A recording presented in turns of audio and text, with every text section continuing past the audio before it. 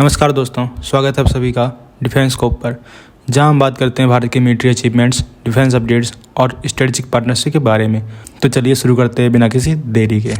पहली खबर की बात करें तो हमारे former Indian army chief general MM Naravane ji ने इंडिया के एएमसीए प्रोजेक्ट पर एक क्रिटिकल असेसमेंट दिया है, जिसमें उन्होंने इस प्रोजेक्ट के सिग्निफिकेंट चैलेंजेस को हाईलाइट किया और उनके अकॉर्डिंग एएमसीए प्रोजेक्ट अभी डिजाइन फेज में है और डिजाइन से डेवलपमेंट तक का साइकिल इतना लंबा है कि इस फाइटर को ऑपरेशनल सर्विस में आने में कम से कम एक डिकेड लग सकता है। और उन्होंने F-35 प्रोग्राम का भी एग्जाम्पल दिया, जिसमें कॉन्सेप्ट से ऑपरेशनल डिप्लॉयमेंट तक 16 साल तक का टाइम लग गया।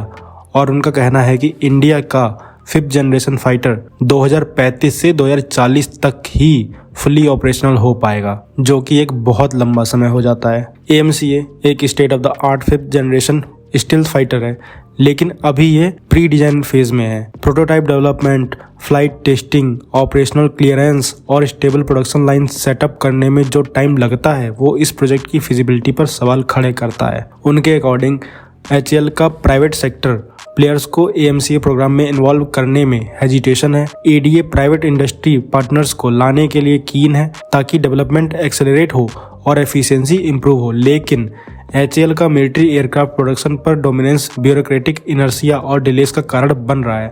जनरल नरवणे जी ने प्राइवेट सेक्टर इन्वॉल्वमेंट को जरूरी बताया है ताकि कॉम्प्लेक्स डिफेंस प्रोग्राम्स को टाइमली एग्जीक्यूट किया जा सके। और उन्होंने ये भी कहा कि एएमसीए को एस्टेब्लिश्ड 5th जनरेशन फाइटर जैसे F-35 या Su-57 से कंपेयर करना अभी सही नहीं है। F-35 already multiple air forces में डिप्लॉयड है और Su-57 अपनी प्रोडक्शन चैलेंजेस के बावजूद एक फील्डेड प्लेटफॉर्म है। और एएमसीए अभी तक एक फ्लाइंग प्रोटोटाइप भी प्रोड्यूस नहीं कर पाया है, जिस कारण डायरेक्ट कंपैरिजन का सवाल ही नहीं उठता।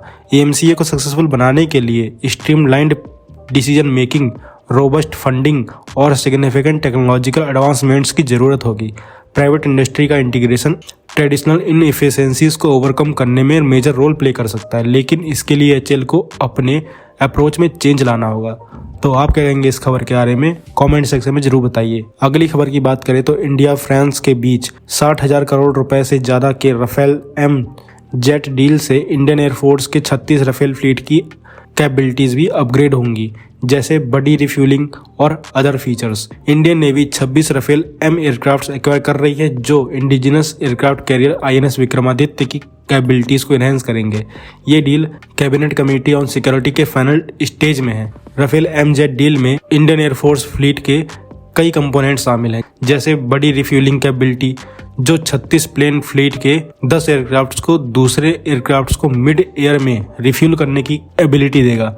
डिफेंस सोर्सेज के अकॉर्डिंग ये इक्विपमेंट इंडियन एयरफोर्स फ्लीट की रेंज और ऑपरेशनल एफिशिएंसी को बढ़ाएगा। ये डील इंडियन एयरफोर्स को ग्राउंड बेस्ड इक्विपमेंट और सॉफ्टवेयर अपग्रेड्स भी प्रोवाइड करेगा। गवर्नमेंट टू गवर्नमेंट डील के अंडर नेवी को 22 सिंगल सीटर और 4 ट्विन सीटर राफेल जेट्स मिलेंगे, जिनके लिए कैरियर पर एडिशनल इक्विपमेंट्स लगाए जाएंगे ताकि 4.5 प्लस जनरेशन राफेल्स को ऑपरेट किया जा सके। Indian navy currently MiG-29K operate कर रही है, जो INS विक्रमादित्य से ऑपरेट होंगे। Navy indigenous 5th generation aircraft भी एक्वायर करने की प्लानिंग कर रही है, जो DRDO द्वारा डेवलप किया जाएगा। अगली खबर की बात करें तो मार्टिन बेकर, दुनिया की leading ejection seat manufacturer, India के एरोस्पेस सेक्टर के साथ अपने पार्टनरशिप को स्ट्रेंथन कर रही है।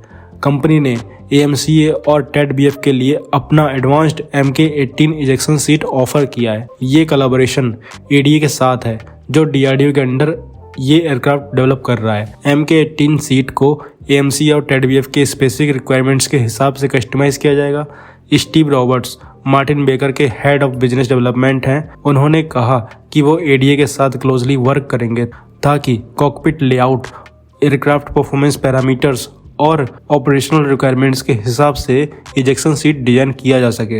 MK-18 इजेक्शन सीट की की फीचर्स में 55,000 फीट तक का operating ceiling, ground level 0 speed ejection capability और 600 नॉट्स इक्विवेलेंट एयर स्पीड तक की मैक्सिमम स्पीड शामिल है। ये सीट पायलट्स को हाई एल्टीट्यूड और हाई स्पीड इजेक्शन में सेफ्टी प्रोवाइड करता है।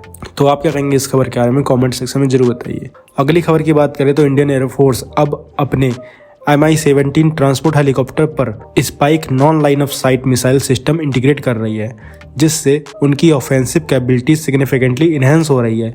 ये 6th generation missile system modern warfare में अनपैरेलल्ड एडवांटेज प्रोवाइड करता है।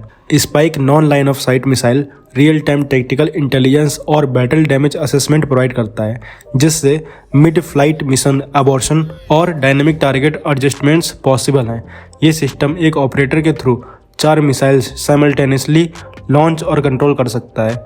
मिसाइल की रेंज हेलीकॉप्टर से लॉन्च करने पर 50 किलोमीटर और ग्राउंड बेस्ड लॉन्च पर 32 किलोमीटर है।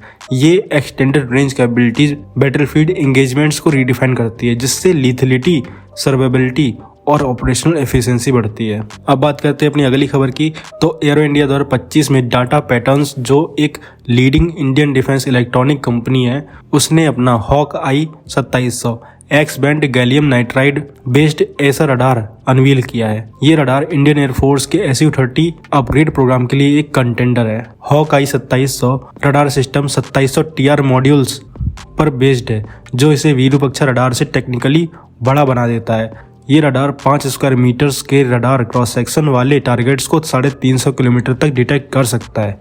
ये रडार गैलियम नाइट्राइड टेक्नोलॉजी का यूज़ करता है, जो हाई पावर एफिशिएंसी और रिलायबिलिटी प्रोवाइड करता है। हॉक-आई 2700 radar system Suez controller unit के साथ आता है, जो रडार को टिल्ट करने की एबिलिटी देता है, जिससे स्कैनिंग वर्सेटिलिटी इंप्रूव हो जाती है। इंडियन एयरफोर्स अपने एयर कॉम्बैट कैपेबिलिटीज को एनहांस करने के लिए ऑप्शन इवेल्यूट कर रही है और हॉक-आई 2700 और विरूपक्षा रडार के बीच कंपटीशन पिवटल होगा।